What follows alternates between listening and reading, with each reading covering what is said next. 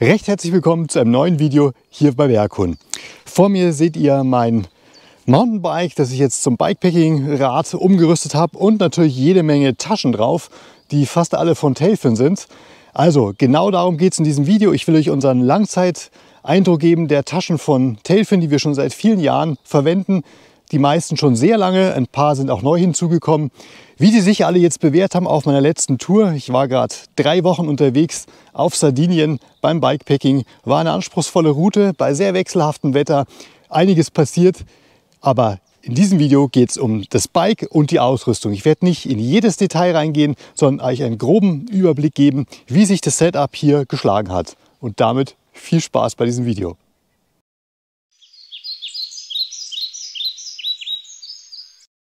Ja, und bevor ich jetzt mit dem Video loslege, ein Transparenzhinweis. Ein paar der Taschen hier wurden uns zur Verfügung gestellt. Nicht nur für diesen Review, sondern auch damit wir sie wirklich nutzen und unser Langzeitfeedback hier geben können zu den Taschen. Trotzdem ist alles Gesagte hier meine persönliche Meinung und unsere persönliche Meinung und wir erhalten keine Bezahlung. Und jetzt geht's los mit dem Review. Vor euch steht hier mein zum Bikepacking-Rad umgerüstetes Specialized Epic Hardtail.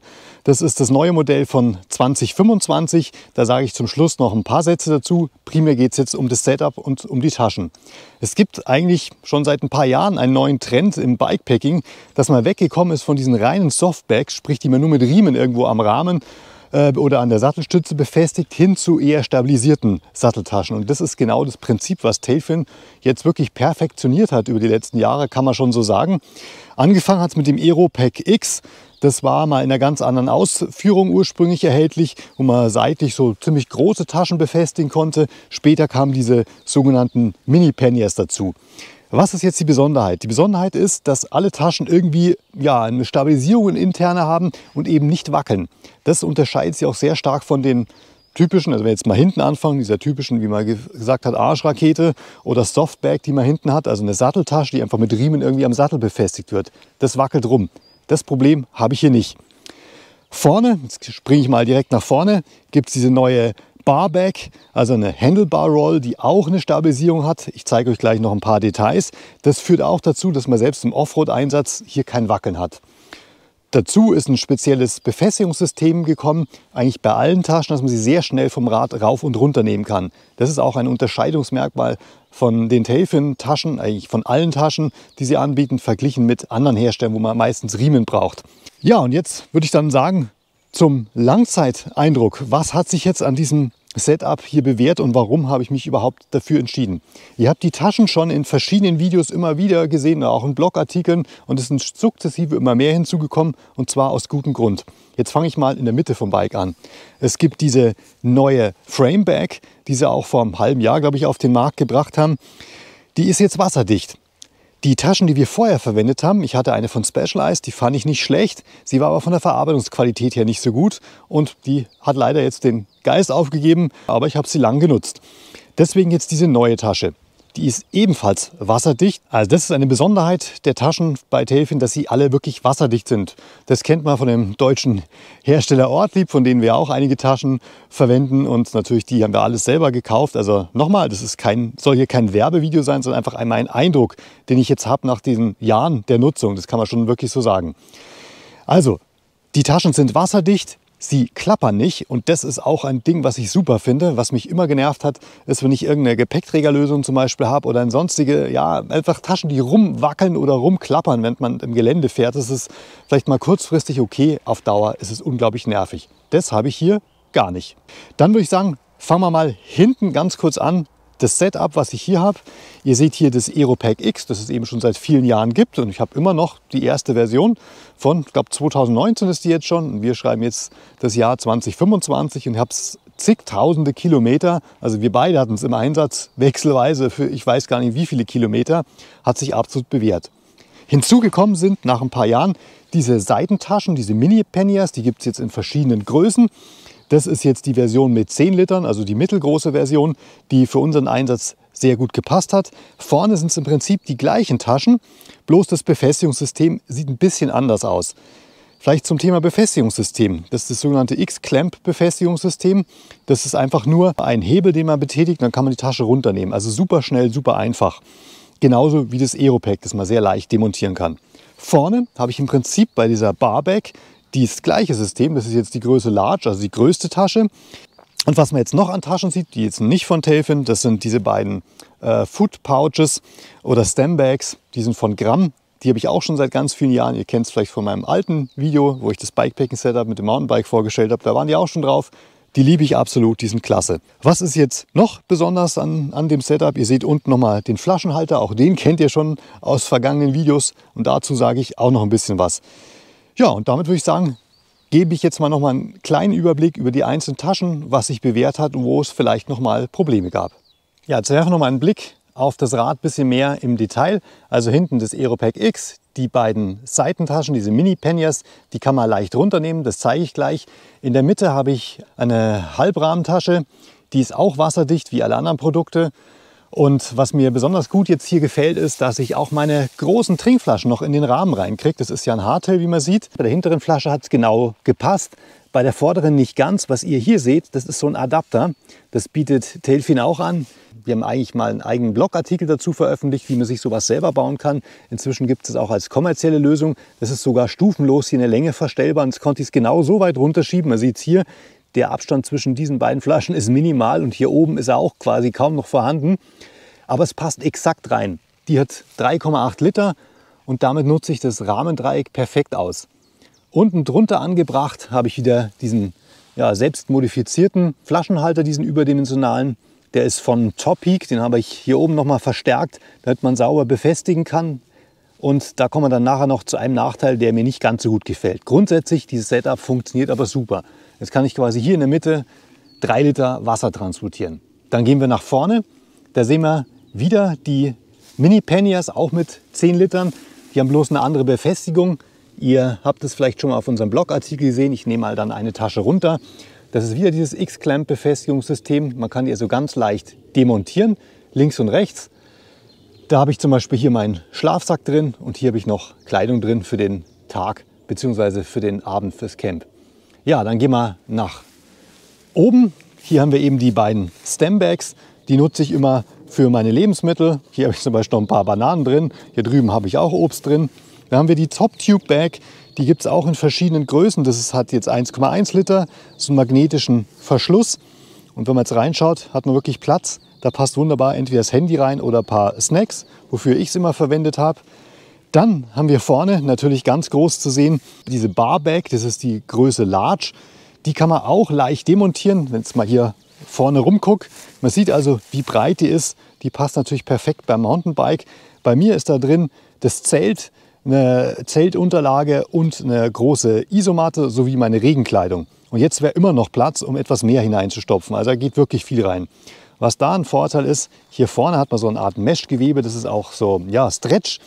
Die Tasche hat richtig viel Volumen und die habe ich verwendet, um zum Beispiel nochmal zusätzliche Lebensmittel zu verstauen oder auch um eine Kamera schnell reinzustecken. Also Sachen, wo ich schnell unter Tag hin will. Die ist nicht wasserdicht, logischerweise, weil sie auch oben offen ist, aber dafür ist sie ideal. Hier ist nochmal so ein extra Reißverschluss. Tasche, die ist auch sehr praktisch. Und was ich jetzt genial finde an dem System, jetzt nehme ich mal hier mein Hammerhead runter. Also, wenn ich das jetzt mal hier so weg tue, dann sieht man das ein bisschen schöner. Man hat hier in der Mitte die Möglichkeit, so diese Accessories zu befestigen. Sprich, jetzt habe ich hier eine Halterung für das Navi, was natürlich unglaublich praktisch ist. Das ist genau in Bildmitte. Hier kann man eine GoPro-Halterung festmachen oder was man noch machen kann. Man könnte hier auch ein Licht montieren. Das habe ich jetzt in dem Beispiel mal anders gemacht. Ich habe jetzt bloß so eine kleine Anstecklampe, also es ist kein richtiges Licht, um was zu sehen, nur eine Positionsbeleuchtung. Aber die kann man hier drauf befestigen, was ich angenehm finde. Das Problem, was nämlich sonst alle Barbags haben, ist, wie befestige ich hier vorne am Lenker zusätzlich noch eine Lampe, die wirklich nicht von der verdeckt wird, der Schein von der Tasche vorne. Und das ist hier sehr gut gelöst, dass man hier weiter so einen kleinen Arm hat. Und dann kann hier oben quasi die Lampe befestigt werden. Geöffnet und geschlossen wird die Tasche einfach mit so einem Rollverschluss, ganz klassisch. Und damit ist sie auch wasserdicht. Ja, und jetzt sehen wir uns vielleicht mal dieses Klemmsystem im Detail an. Also ich kann das hier abnehmen. Ich öffne einfach hier diesen Hebel. Und damit kann ich die Tasche nach vorne rausnehmen. Aber jetzt sieht man es, glaube ich, ganz gut. Man kann es hier so rausnehmen. Und damit ist die Tasche errunden. Jetzt sieht man auch dieses Befestigungssystem, das wirklich sehr simpel ist. Ich hänge es wieder ein, weil sonst hängt mir der Riemen da im Weg. Mit einer Hand geht es ein bisschen schwieriger, aber selbst das ist möglich. Und dann wird es hier wieder geschlossen und damit ist es fest. Und dieses Befestigungssystem gibt es bei allen Seitentaschen auch. Deswegen glaube ich, brauche ich es im Detail gar nicht mehr zeigen. Ich zeige es bloß hier an der Seite. Bei der einen Fronttasche, mit einer Hand ist immer ein bisschen schwieriger. Auch hier sieht man dieses X-Clamp-Befestigungssystem, bloß in einer etwas kleineren Version. Und hier ist halt das Gegenteil. Auch das, wenn ich hier schließe, dann schließt sich der Haken und damit ist die Tasche fest. Befestigt wird es mit diesem Gegenstück und das ist hier an dieser Federgabel jetzt befestigt. Auch dafür gibt es spezielle Adapter. Da haben wir auch mal einen Blogartikel zu gemacht. Die funktionieren sehr gut. Diese Suspension Fork Mount gibt es für unterschiedliche Federgabeldurchmesser, verschiedene so Gummiadapter, die hier drin sind. Das funktioniert super zuverlässig und hält auch das versprochene Gewicht beim Geländeeinsatz aus. Also ich habe es wirklich nicht geschont, das Rad. Hinten habe ich exakt das gleiche System. Auch das hier sind diese Taschen, diese Mini-Peñas, und ich kann die hier runternehmen. Und jetzt sieht man vielleicht auch den Unterschied. Hier sind diese Haken einfach ein bisschen größer. Auch hier an dem Arch hier, an diesem Bogen vom Aeropack, das ist ein bisschen dicker vom Durchmesser als vorne, aber das Prinzip ist exakt das gleiche. Ein Punkt, der mir ein bisschen Kopfzerbrechen bereitet hat, war am Anfang, würde dieses X-Clamp-System hier vorne, diese Klemmung am Lenker, wirklich das Gewicht aushalten. Ich glaube 4,5 Kilo darf man reinladen im harten Offroad-Einsatz. Und ich bin an dieses Gewicht auch hingekommen. Eben meine Campingausrüstung plus Lebensmittel. Und das ging. Also ich bin wirklich Trails auch mitgefahren und das hat funktioniert. Das hat sich nicht gelöst. Ja, wir werfen noch einmal einen Blick auf den Lenker. Ich habe jetzt hier etwas andere Griffe von Ergon montiert und hier innen, so Inner Bar Ends, um einfach eine andere Griffposition. Hier am Lenker finde ich sehr angenehm. Da sitzt man ein bisschen aerodynamischer. Wenn man doch mal in der Ebene fährt und man viel Gegenwind hat, finde ich das sehr gut. Und es hat den Vorteil, wenn diese Verlängerung hier außen ist, kann man im Offroad-Einsatz, gerade wenn man mal an einem Busch oder so vorbeikommt, durchaus hängen bleiben. Das ist mir einige Male passiert. Die Wahrscheinlichkeit ist jetzt wesentlich geringer. Außerdem war mir die Position hier außen zu breit. Also anders als beim Gravelbike, wo man halt einen Dropper-Lenker hat, wo es natürlich passt, wenn man außen hingreift, war mir das hier einfach zu breit die meiste Zeit. Ich habe es gar nicht so oft hergenommen. Ich hätte mir eher gewünscht, dass das ein bisschen weiter innen ist. Deswegen gefällt mir das jetzt erstmal sehr gut mit dem Setup. Das werde ich auch so belassen. Als Problem würde ich es nicht bezeichnen, höchstens vielleicht als ein optisch nicht perfektes Ding, ist die Passform hier von der Rahmentasche. Man sieht es, glaube ich, jetzt ganz gut. Hier vorne ist ja noch ein bisschen Platz. Das liegt daran, dass diese Tasche eigentlich gar nicht für Mountainbikes entwickelt wurde. Die haben dann einen riesen Aufwand getrieben mit Entwicklung von der perfekten Passform. Die gibt es in vielen Größen. Diese Tasche, die ist für Gravelbike-Rahmen optimiert, wo man natürlich hier das Steuerrohr etwas länger hat und einfach der Abstand hier größer ist. Deswegen ist die Passform nicht fürs Mountainbike an sich gedacht, funktioniert aber in der Größe sehr gut. Also mit der Tasche bin ich auch super zufrieden. Vor allem der große Vorteil einfach ist, diese Tasche hier ist wirklich wasserdicht. Ein Blick nochmal auf den Flaschenhalter. Der ist von Topic und ich habe den modifiziert. Und zwar ist der dafür gedacht, dass man ihn an 2 Punkten hier an den normalen Flaschenhalter anschraubt, also in den Ösen, sprich eigentlich im Rahmendreieck verwendet und nicht am Unterrohr. Ich habe ihn jetzt hier ein bisschen modifiziert, dass ich ihn halt mit einfachen Kabelbindern, mit großen Kabelbindern befestigen kann. Allerdings waren mir 2 Befestigungspunkte definitiv zu wenig, wenn ich hier eine große, schwere Flasche dran habe. Deswegen habe ich mir hier oben nochmal zusätzlich so einen Adapter gebastelt, damit ich es jetzt hier richtig festmachen kann. Damit hält es wirklich bombig. Aber was man auch sieht und was auch nicht schön aussieht, diese Flasche sitzt hier nicht richtig drin. Eigentlich kann ich das hier mit diesem Rädchen ein bisschen Längen verstellen, diese Befestigung, dass man unterschiedlich große und Formen von Flaschen befestigen kann. Das geht jetzt durch den Fall nicht mehr, weil ich jetzt eher hier eben so eine Befestigung hingeklebt habe. Also kann ich es nicht Längen verstellen. Ich habe das mal auf Volvic-Flaschen abgestimmt. Das war reiner Zufall, weil ich habe mir verschiedene Plastikflaschen angeguckt und die hatten für mich den besten Eindruck gemacht. Und die habe ich bisher auch immer überall bekommen, außer bei der letzten Tour. Jetzt hier in Italien, da gab es keine von Volvic, sondern bloß aus Italien und die haben eine andere Form. Und jetzt sieht man auch, hier vorne, das passt nicht gescheit. Ich habe es so ein bisschen zusammengedrückt, dass es trotzdem reinpasst, ist nicht schön. Also da überlege ich mir eventuell nochmal eine andere Lösung mit einem anderen großen Flaschenhalter. Ja, und jetzt stellt sich natürlich die Frage, gibt es auch Nachteile oder Probleme, sind Defekte aufgetreten bei Tailfin? Tatsächlich hatte ich das, aber nochmal, wir haben es extrem lang schon im Einsatz und wirklich intensiv genutzt und nicht geschont. Mir sind beim Aeropack schon mal ein paar Sachen kaputt gegangen. Allerdings muss man auch dazu sagen, war Tailfin sehr kulant, hat schnell Ersatz geliefert. Das war also wirklich kein großes Problem. Was mir kaputt gegangen ist, das zeige ich jetzt nur von außen, ist innen befindet sich so aus Aluminium so ein Stabilisierungsrahmen, damit die Tasche halt unten die Form bewahrt und damit der Abstand hier bewahrt ist, dass es einfach gescheit befestigt werden kann. Und der ist mir gebrochen. Erstaunlicherweise. Allerdings haben sie inzwischen eine neue Version des Rahmens rausgebracht. Die ist stabiler ausgeführt und die wird auch bei den neueren Taschen jetzt schon mitgeliefert. Das war ein Defekt. Der zweite Defekt war, nach einigen Jahren jetzt wirklich im Einsatz, man sieht es, wenn das hier so zugerollt ist, man sieht es hier hinten ein bisschen besser, dann rollt man das Ganze hier zu und an diesen Stellen gibt es immer Knicke. Und im Laufe der Zeit haben sich da einfach Löcher gebildet, sprich das Material hat irgendwann nachgegeben. Aber nochmal, das war wirklich extrem oft und extrem lang im Einsatz. Also sprich, dieses Skin nennen die das, diese Haut hatte Löcher und ich musste sie austauschen. Ansonsten hat es sehr gut funktioniert. Ich hatte noch einen kleineren Defekt hier, wo das befestigt wird mit diesem Riemen um die Sattelstütze. Da hat sich das ein bisschen verformt, deformiert. Das war einfach nach dem harten Offroad-Einsatz. Dass sich das ein bisschen verformt, dann ist mir die Tasche einmal nach hinten weggekippt. Das ist natürlich sehr unangenehm. Zum Glück war ich langsam unterwegs. Aber das ist jetzt wirklich auch nach sehr, sehr vielen Jahren im Einsatz. Also hier werde ich einen neuen Riemen mir besorgen und dann funktioniert es auch wieder. Die Klemmung an sich funktioniert nach wie vor tadellos.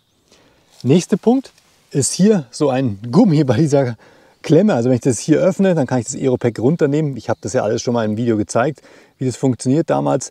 Dieser Gummi, der hier drin ist, der ist inzwischen auch schon verschlissen. Den werde ich austauschen müssen. Aber nochmal, der hält jetzt schon 6 Jahre und ich weiß nicht wie viel 1000 Kilometer. Also wirklich sehr, sehr gut. Ja, und damit nochmal ein paar Punkte zu den Vor- und Nachteilen von Tailfin. Also Punkt 1 ist für mich, es ist stabil, es ist robust, es ist zuverlässig. Ich hatte wirklich auf der Tour noch keinen Schaden, wo ich gesagt habe, damit kann ich nicht weiterfahren. Das ist wirklich top. Was man als in Anführungsstrichen als negativ auslegen kann, ist natürlich, weil es spezielle Produkte sind. Wenn da wirklich mal was kaputt geht, dann braucht man wirklich Ersatzteile von Tailfin direkt. Das ist nämlich der Nachteil. Man muss direkt bei ihnen bestellen. Es gibt jetzt keinen Laden, also ich wüsste zumindest keinen, wo man es direkt kaufen kann oder wo Ersatzteile vorrätig sind. Das heißt, man muss unter Umständen ein paar Tage auf die Post warten, bis sie eben ankommt. Das ist natürlich unter Umständen ein Nachteil, wenn man auf einer sehr langen Tour ist. Aber mir ist nicht bekannt, dass das jemand passiert wäre, dass er wirklich da so große Probleme hatte. Das funktioniert also sehr gut. Ein Nachteil kann sein, wenn man anfängt sozusagen mit Bikepacking und nicht genau weiß, welche Taschen man eigentlich braucht, dass man ein bisschen überfordert ist von der Fülle an Systemen, die sie anbieten und unterschiedlichen Größen an Taschen. Also für einen wirklichen Neuling im Thema Bikepacking wären sie für mich dann vielleicht nicht perfekt oder man lässt sich sehr gut beraten von jemand, der schon mal sowas verwendet hat. Der größte Negativpunkt, den man den Tailfin-Produkten vielleicht anlasten kann, ist der relativ hohe Preis. Wobei ich auch sage relativ. Es sind wirklich sehr gut entwickelte Produkte. Also es ist nichts, was man einfach mal so kauft und dann vielleicht nur einmal verwendet, sondern das sind, glaube ich, auch normalerweise Leute, die genau wissen, was sie wollen. Also wenn sie eben auf eine richtige Tour gehen und sich darauf verlassen wollen, dass die Ausrüstung funktioniert, dafür ist es wirklich gemacht und ist auch von Profis getestet über ganz, ganz viele Kilometer und bei ganz vielen Einsätzen. Also die Produkte sind wirklich sehr gut entwickelt. Das ist ein entscheidender Unterschied zu manch anderen Herstellern. Ja, und jetzt nochmal ein paar Worte zum Bike selbst. Das ist das neue Specialized Epic Hardtail. Neu ist es eigentlich nicht. Das gibt es schon seit einigen Jahren. Wir haben sogar mal einen Blogartikel vor einiger Zeit darüber geschrieben, als es neu war auf dem Markt. Was hat man an dem Modell 2025 außer der Farbe geändert? Das ist hinten, das ist eigentlich das Wesentliche. Das zeige ich jetzt mal ganz kurz. Das ist jetzt die neue Transmission-Schaltung, die da drauf ist. Die GX Eagle Transmission-Schaltung. Das bedeutet, man hat hier das Ausfallende geändert, damit man diese Schaltung hier montieren kann. Das ist natürlich eine sehr feine Sache. Ja, zugegeben, mit der Schaltung hatte ich so ein bisschen meine Kopfschmerzen am Anfang. Ich war mir nicht sicher, ob das für eine längere Bikepacking-Tour wirklich eine sichere Lösung ist. Bei einer mechanischen Schaltung denke ich mir immer weniger. Selbst wenn man mal was verbiegt oder mal ein Kabel reißt, man kann sich irgendwie helfen. Bei der elektronischen Schaltung war meine Befürchtung, ja, wenn da irgendwas nicht funktioniert, dann steht man einfach da und es geht nichts mehr. Und exakt, das ist mir zweimal passiert auf der Tour. Zum Glück kein Totalausfall, aber ich hatte ein Problem damit. Und die Frage ist natürlich, was war's? Erstmal war die Schaltung, hat auf einmal nicht mehr sauber geschaltet. Ich konnte einige Gänge gar nicht mehr nutzen. Beim ersten Mal war auf einmal die Spannung der Kette weg. Die hing also durch. Und dann dachte ich mir, was ist jetzt? Und letzten Endes hat sich herausgestellt, dass ich wohl einen Fehler hatte oder einen Fehler gemacht habe bei Wechsel vom Hinterrad. Ich habe neue Reifen aufgezogen bzw. die Reifen auf Tubeless gesetzt und dabei musste natürlich die Steckachse entfernen und wieder anziehen. Und vielleicht habe ich nicht das richtige Anzugsmoment gehabt. Ich kann es nicht hundertprozentig sagen. Jedenfalls hat die Schaltung dann nicht richtig funktioniert. Ich bin zu einem Radladen gefahren, der mir dann zum Glück helfen konnte. Der hat eigentlich nicht viel gemacht. Nochmal die Achse raus, rein, angezogen und im Prinzip das Schaltwerk nochmal zurückgezogen. Das war für mich überraschend. Also es hing quasi, war ein bisschen nach vorne gedreht und dann hing halt die Kette durch. Und ich konnte nichts machen, konnte es auch nicht abgedacht, ich kann es nicht zurückbewegen. Also einfach mit Schmackes etwas zurückgedreht, dann ging es wieder. Wenn man mal hinten die Achse demontieren muss, man sieht ja diese zwei winzig kleinen Markierungen, die sollen genau miteinander fluchten und das war bei mir nicht der Fall. Die hatten sich ein bisschen verdreht. Das mag auch daran liegen, wenn man nämlich hier eine andere Achse montiert, wie eben diese spezielle Tailfin-Achse, dann muss man die Originalachse natürlich entfernen. Und man braucht hier so einen speziellen Adapter, gerade für die GX Eagle Transmission Schaltung. Wenn man diese Achse, das sieht aus wie eine kleine Nuss, die man hier reindreht, die muss man exakt mit dem richtigen Drehmoment anziehen und danach darauf achten, dass hier diese Flucht passt. Übrigens muss man auch, wusste ich am Anfang auch nicht genau, wenn man hier jegliche Einstellarbeiten vornimmt, soll man immer ein neues Setup machen, also eine neue Verbindung zwischen dem Controller vorne und dem Schaltwerk hier hinten. Dazu muss die Kette muss hier auf diesem Einstellritzel liegen, also auf diesem rot markierten. Und dann hier unten, nächster Punkt ist, hier gibt es auch nochmal so eine Einstellmöglichkeit. Also hier gibt es A- und B-Position. Das muss hier bei diesem Rahmenmodell auf B sein. Interessanterweise war, als ich das Rad gekauft habe, das auf der Position A. Also mag sein, dass ich dann, als ich hier umgebaut habe, weil es eben nicht in der richtigen Position war, irgendwann die Schaltung ja, einfach nicht mehr richtig lief. Das war wirklich merkwürdig. Merkwürdig fand ich vor allen Dingen, am Anfang ging die Schaltung sehr gut und dann auf einmal nicht mehr. Das war also merkwürdig. Was habe ich jetzt noch umgebaut am Bike? Das ist im Prinzip bloß das Kettenblatt. Da war original ein Kettenblatt mit 34 Zehen drauf. Ich habe jetzt 32, damit ich eine etwas bessere Bergaufübersetzung habe. Ansonsten habe ich das Bike gelassen, wie es ist. Ja, also vom Rahmen an sich. Ich habe noch eine andere Sattelstütze montiert. Die ist von Canyon. Da gibt es leider von Specialized keine eigene flexende Carbon-Sattelstütze, sondern bloß eine Standard-Alu-Sattelstütze ist drin. Die fand ich ziemlich unkomfortabel. Der Rahmen ist halt dafür gedacht, man kann eine Dropper-Seatpost montieren. Muss man aber auch nicht. Und ich dachte mir, nee, ich will jetzt nicht zusätzliches Gewicht am Bike. Mir ist wichtig, dass ich ein bisschen mehr Komfort habe, ähnlich wie am Gravelbike. Und diese Canyon-Sattelstütze finde ich super. Tja, jetzt habe ich doch wieder viel länger geredet, als ich eigentlich vorhatte. Es sollte ja nur ein kurzer Review werden, ein kurzer Überblick. Also ich habe zu den einzelnen Produkten einige Blogartikel, wir haben einige Blogartikel verfasst. Ihr findet es alles auf unserer Website. Ich habe auch schon mal ein ganz ausführliches Video gemacht, was ich an Ausrüstung alles dabei habe. Das hat sich seitdem im Prinzip nicht groß verändert. Was ich nur diesmal dabei hatte, ist ein größerer Schlafsack. Deswegen sieht man auch, dass diese Tasche hier prall gefüllt ist. Da habe ich nämlich meinen Winterschlafsack dabei gehabt. Es war ganz schön kalt zwischendurch. Er hatte 5 Grad Celsius und Wind. Also da braucht man natürlich etwas wärmere Ausrüstung als für einen Sommereinsatz. Deswegen habe ich auch insgesamt ein bisschen mehr Volumen dabei gehabt. Also die Taschen sind relativ voll. Und was jetzt schon gar nicht mehr drin ist, sind die ganzen Lebensmittel, die ich noch bis gestern dabei hatte. Also abschließend kann ich sagen, das Mountainbike, das Hardtail ist für mich super geeignet. Auch dieses Rad im Speziellen für so einen Offroad-Einsatz. Man hat noch ein schön großes Rahmendreieck. Es ist von der Technik grundsätzlich nicht zu kompliziert. Und wenn man sich mit der elektronischen Schaltung ein bisschen mehr angefreundet hat, dann denke ich, geht es ja auch ganz gut. Ich habe es jetzt so knapp 2000 Kilometer im Einsatz und bis auf diese Einstellungsprobleme, was es ja im Grunde nur waren, gab es überhaupt kein Problem. Also sie funktioniert super, die Schaltung. Das macht wirklich Spaß. Ist nochmal wirklich spürbare Verbesserung gegenüber der mechanischen.